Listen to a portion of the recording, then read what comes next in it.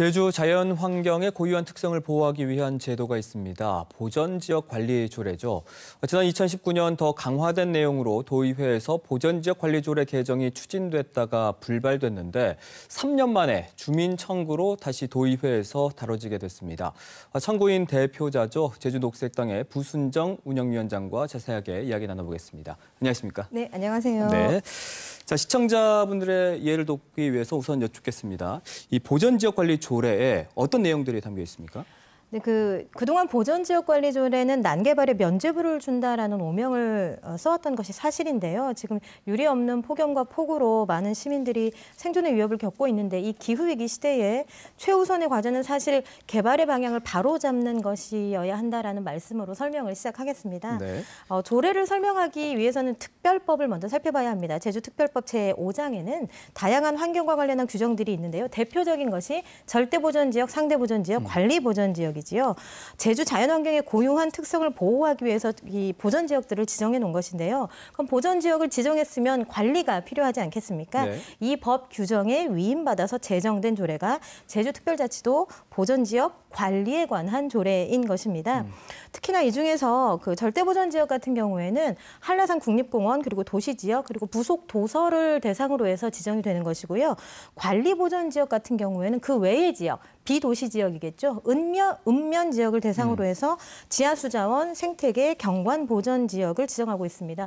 좀 예를 들어서 쉽게 설명을 해보자면 지하수 오염 취약성이 가장 높은 지역 어디가 떠오르십니까?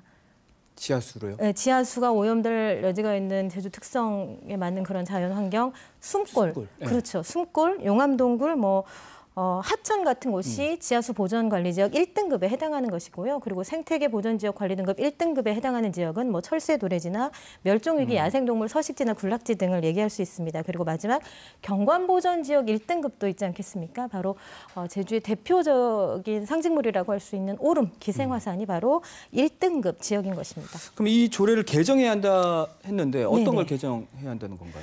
이 관리보전지역 1등급 지역에서는 개발 제한 행위의 범위를 사실은 특별법의 취지에 맞게 바로 잡겠다라는 것인데요. 좀 자세히 설명드리면 특별법의 내용을 살펴보면 이 관리보전지역 중 1등급 지역은 아까 말씀드렸던 용암동굴이나 숨골이나 오름 같은 지역들은 해제되더라도 절대보전지역으로 지정된 것으로 본다라는 조항이 있습니다. 이만큼 엄격하게 개발이 금지된 것처럼 보이죠, 법에는. 그러나 조례를 들여다보면 이 숨골이나 용암동굴, 오름 등에 도로, 철도, 항만, 공항 같은 교통시설 지을 수 있고요. 방제시설 지을 수 있고 수도, 전기, 가스, 방송통신시설, 유류저장, 송유설비, 하수도 설비까지 모두 지을 수 있는 것입니다. 따라서 법의 취지에 맞게 보전지역 관리조례 제13조 공공시설의 범위 그 내용 안에 이 조항을 넣으려는 것이에요. 한번 들어보시면 단 보전지역의 각 1등급 지역 안에는 절대 보전지역에서 정한 허가 대상 시설 이외의 시설은 설치할 수 없다는 문구인 겁니다.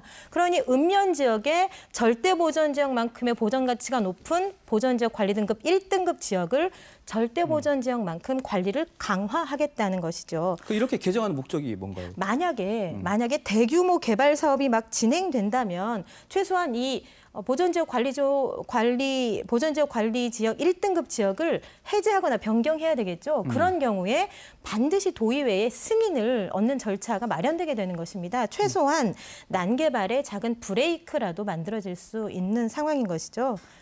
그 조례에 명시된 보전지구의 각 1등급 지역 안에서의 행위 제한을 이제 절대보전지역과 같은 기준으로 그렇죠. 하겠다라는 건데 그럼 공항, 항만 등 이 말을 또 넣는 게 핵심인가요? 아니죠. 그 조례에 말씀드렸다시피 보전지구별 1등급 지역을 1등급 지역의 제한 행위의 범위를 특별법의 취지에 맞게 절대보전지역이 준하는 수준으로 행위 제한을 강화한다는 것이고요. 말씀하신 공항과 항만 조항을 그 교통시설 여러 가지 중에서 공항과 항만 두 개를 똑 떼어서 단 공항과 항만도 설치할 수 없도록 한다라고 한 것이 바로 2019년 홍명환 위원의 그런 안이었던 것입니다. 근데 그때는 어쨌든 부결이 됐지 않습니까? 그렇죠. 근데 이제 다시 이렇게 주민 발의로 청구한 이유는 뭔가요?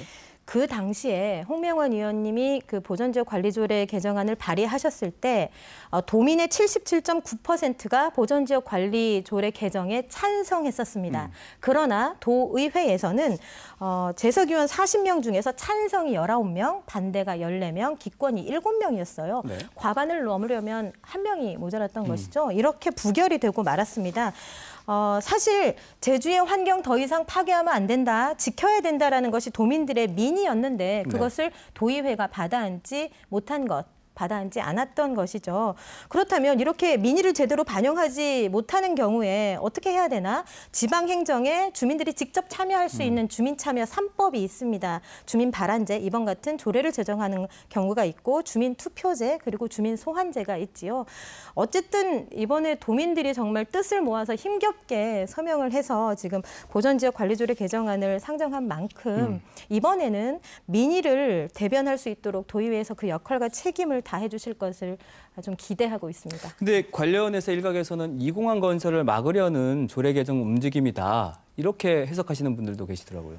그렇게 생각할 여지가 분명히 있다고는 생각이 돼요. 아까 말씀드렸던 2019년 당시에 반대하거나 기권했던 그 도의원들 말씀이 도민의 자기결정권 확대에는 동의하지만 추진 중인 제2공항 사업에 영향을 끼칠 수 있어서 나는 입장 유보할 것이다라는 말씀 많이 하셨었죠. 그런데 다시 생각을 해보면 제주도에서 이루어지고 있는 이런 개발 사업에 대해서 제주도의회에서 최소한의 논의를 가지자는 것, 이거 당연한 것 아닌가요? 이 내용을 제2공항 건설 막겠다는 말 아니냐, 그런 거랑 같은 말 아니냐라고 말씀하시는 데는 저는 사실 동의할 수 없고, 국가가 하는 사업이라도 최소한 도의회 동의 거치도록 하자는 것은 도민의 자기 결정권을 강화하는 의미로 읽어달라라고 말씀을 전하고 싶습니다. 네. 자, 여하튼 지난해 제주 녹색당에서 주민 발의를 시작으로 이제 도의회에 다시 제출이 됐고, 지난달 말에 또 충족 요건을 그 기준이 있잖아요. 근데 그렇죠. 그걸 또 예. 충족이 됐으니까 수리가 된 걸로 알고 있는데 네. 요건이 어떤 거였죠? 일단은 그 조례를 제정하거나 개정하거나 폐지하는 것에 관해서도 조례가 또 따로 마련되어 있어요. 그래서 조례를 제정이나 개폐하는 청구를 하기 위해서는 서명해야 하는 주민들의 수가, 충족돼야 되는 주민들의 수가 있습니다. 19세 이상 청구권자 총수의 550분의 1이 제주도의 기준인데요. 작년 그 19세 이상 청구권자 총수가 55만 6,300명이어서 그 550분의 1, 1,012분의 서명을 저희가 9월부터 4월까지 약 6개월 동안, 그 대선 기간 빼고 약 6개월 동안 서명을 받아서 4월 7일에 제출을 했습니다. 그런데 그 서명하신 내용 중에 주소를 동까지는 썼는데 호수를 안 쓴 경우 이게 다 서명 무효가 되어서 제주도민이 아닌 경우도 많이 있었고, 그래서 다시 보완 기간을 거쳐서 5월 18일에 또 추가 서명을 이제 제출을 했고요. 드디어 제주도의회 주민조례 발안 심사위원회에서 심사한 결과 청구 요건을 충족했다라고 하면서 각하가 아닌 수리를 지난 7월 29일에 해주셨던 거죠. 네. 자, 문제는 의회에서 이제 어떻게 처리가 될 것인가 한데 국민의힘 의원이나 민주당 의원들과 혹시 대화해 보셨습니까?